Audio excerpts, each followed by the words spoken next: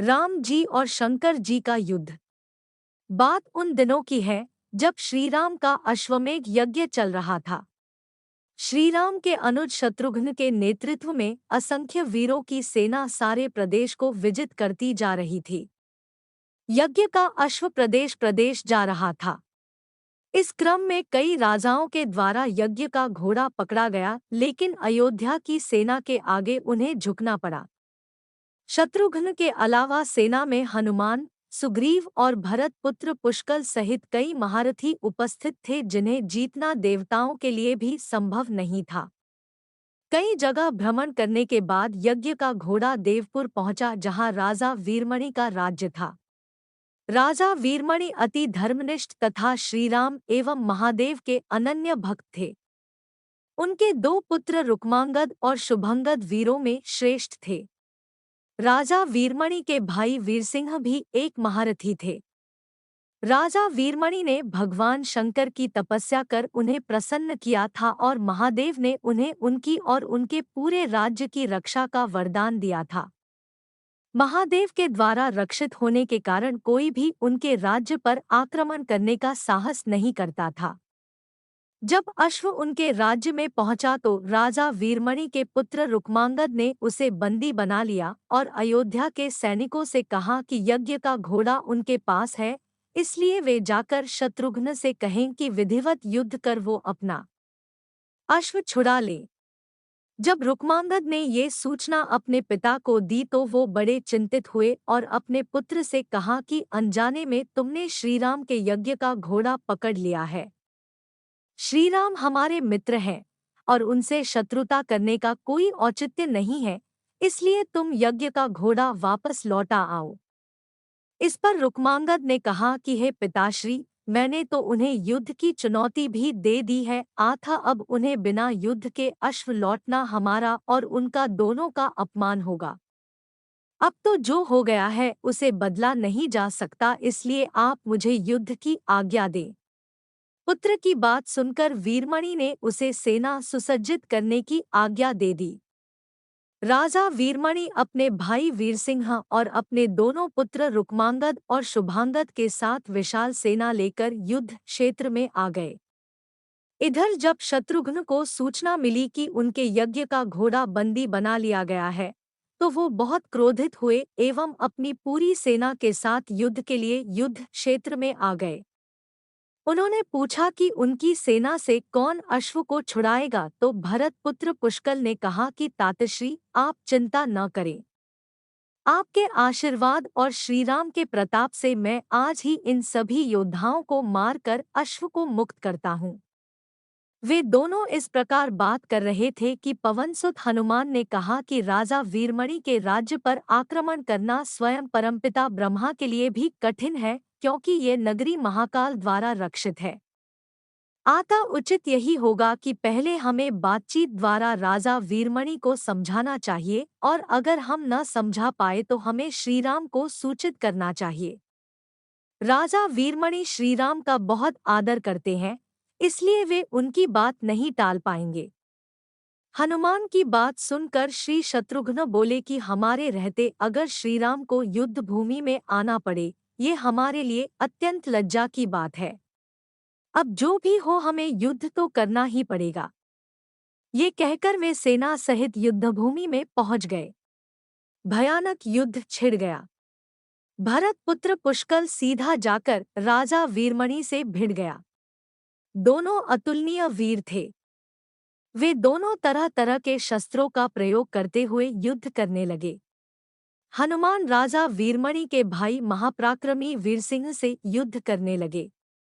रुक्मांगद और शुभांगद ने शत्रुघ्न पर धावा बोल दिया। पुष्कल और वीरमणि में बड़ा घमासान युद्ध हुआ। अंत में पुष्कल ने वीरमणि पर 8 नाराज बाणों से वार किया। इस वार को राजा वीरमणि सह नहीं पाए और मूर्छित होकर अपने रथ पर गिर पड़े। वीरसिंह ने हनुमान पर कई अस्त्रों का प्रयोग किया पर उन्हें कोई हानि न पहुंचा सके। हनुमान ने एक विकट पेड़ से वीरसिंह पर वार किया, इससे वीरसिंह रक्तवमन करते हुए मूर्छित हो गए। उधर श्री शत्रुघ्न और राजा वीरमणि के पुत्रों में असाधारण युद्ध चल रहा था। अंत में कोई चारा न देखकर शत्रुघ्न ने दोनों भाइयों को नागपाश में बांध लिया। अपनी विजय देखकर शत्रुघ्न की सेना के सभी वीर सिंहनाद करने लगे।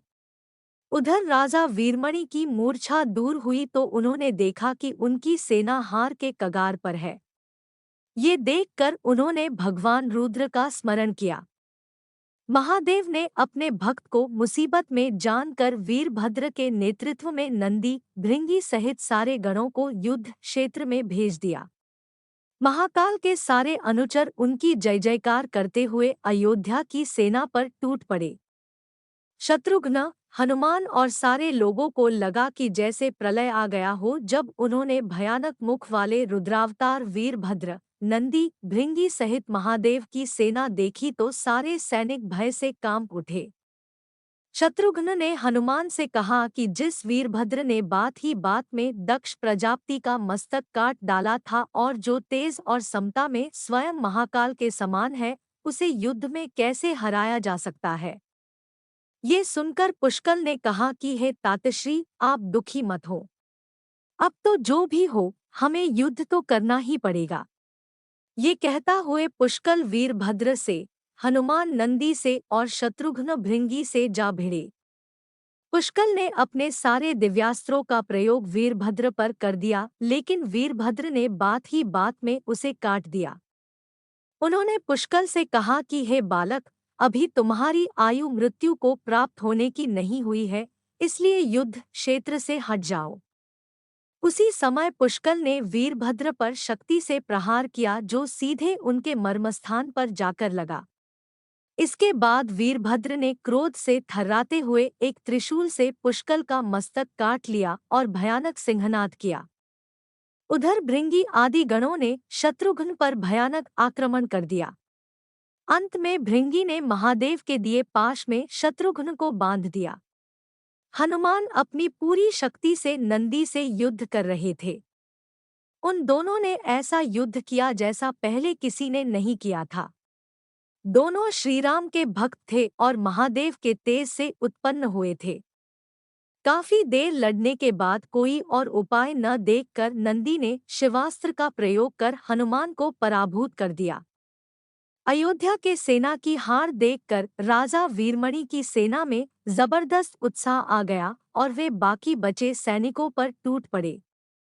ये देखकर हनुमान ने शत्रुघ्न से कहा कि मैंने आपसे पहले ही कहा था कि ये नगरी महाकाल द्वारा रक्षित है, लेकिन आपने मेरी बात नहीं मानी। अब इस संकट से बचाव का एक ही उपाय है कि हम सब श्रीराम को याद करें।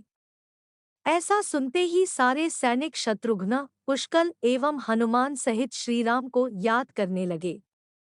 अपने भक्तों की पुकार सुनकर श्रीराम तत्काल ही लक्ष्मण और भरत के साथ वहां आ गए। अपने प्रभु को आया देख सभी हर्षित हो गए एवं सबको ये विश्वास हो गया कि अब हमारी विजय निश्चित है। श्रीराम के आने पर जैसे पूरी सेना में प्राण का संचार हो गया।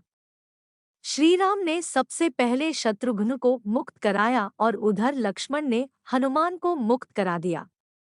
जब श्रीराम, लक्ष्मण और भरत ने देखा कि पुष्कल मृत्यु को प्राप्त हो चुके हैं, तो उन्हें बड़ा दुख हुआ। भरत तो शोक में मूर्छित हो गए। श्रीराम ने क्रोध में आकर वीरभद्र से कहा कि तुमने जिस प्रकार पुष्कल का वध किया है, उसी प्रकार अब अपने जीवन का भी अंत समझो। ऐसा कहते हुए श्रीराम ने सारी सेना के साथ शिवगणों पर धावा बोल दिया। जल्द ही उन्हें ये पता चल गया कि शिवगणों पर साधारण अस्त्र बेकार है, इसलिए उन्होंने महर्षि विश्वामित्र द्वारा प्रदान किए दिव्यास्त्रों से वीरभद्र और नंदी सहित सारी सेना को विदीर्ण कर दिया। श्रीराम के प्रताप से पार न पाते हुए सारे गणों ने एक स्वर में महादेव का आह्वान करना शुरू कर दिया। जब महादेव ने देखा कि उनकी सेना बड़े कष्ट में है, तो वे स्वयं युद्ध क्षेत्र में प्रकट हुए। इस अद्भुत दृश्य को देखने के लिए परमपिता ब्रह्मा सहित सारे देवता आकाश में स्थित हो गए। जब महाकाल ने युद्ध क्षेत्र में प्रवेश किया तो उनके तेज से श्रीराम की सारी सेना मूर्छित हो गई। जब श्रीराम ने देखा कि स्वयं महादेव रणक्षेत्र में आए हैं, तो उन्होंने शस्त्र का त्याग कर भगवान रुद्र को दंडवत प्रणाम किया एवं उनकी स्तुति की। उन्होंने महाकाल की स्तुति करते हुए कहा कि हे सारे ब्रह्मांड के स्वामी, आपके ही प्रताप से मैंने महापराक्रमी रावण का वध किया। आप स्वयं ज्योतिर्लिंग में रामेश्वरम में पधारे। हमारा जो भी बल है वो भी आपके आशीर्वाद के फलस्वरूप ही है। ये जो अश्वमेध यज्ञ मैंने किया है वो भी आपकी ही इच्छा से ही हो रहा है, इसलिए हम पर कृपा करें और इस युद्ध का अंत करें। ये सुनकर भगवान रुद्र बोले कि हे राम, आप स्वयं विष्णु के दूसरे रूप हैं, मेरी आपसे युद्ध करने की कोई इच्छा नहीं है। फिर भी चूंकि मैंने अपने भक्त वीरमणि को उसकी रक्षा का वरदान दिया है, इसलिए मैं इस युद्ध से पीछे नहीं हट सकता, आत्म संकोच छोड़कर आप युद्ध करें। श्रीराम ने इसे महाकाल की आज्ञा मानकर युद्ध करना शुरू किया। दोनों में महान युद्ध छिड़ गया, जिसे देखने देवता लोग आकाश में स्थित हो गए। श्रीराम ने अपने सारे दिव्यास्त्रों का प्रयोग महाकाल पर कर दिया, पर उन्हें संतुष्ट नहीं कर सके। अंत में उन्होंने पाशुपतास्त्र का संधान किया और भगवान शिव से बोले कि हे प्रभु, आपने ही मुझे ये वरदान दिया है कि आपके द्वारा प्रदत्त इस अस्त्र से त्रिलोक में कोई पराजित हुए बिना नहीं रह सकता, इसलिए हे महादेव, आपकी ही आज्ञा और इच्छा से मैं इसका प्रयोग आप पर ही करता हूँ। ये कहते हुए श्रीराम ने वो महान दिव्यास्त्र भगवान शिव पर चला दिया। वो अस्त्र सीधा महादेव के हृदयस्थल में समा गया और भगवान रुद्र इससे संतुष्ट हो गए। उन्होंने प्रसन्नतापूर्वक श्रीराम से कहा कि आपने युद्ध में मुझे संतुष्ट किया है, इसलिए जो इच्छा हो वर मांग ले।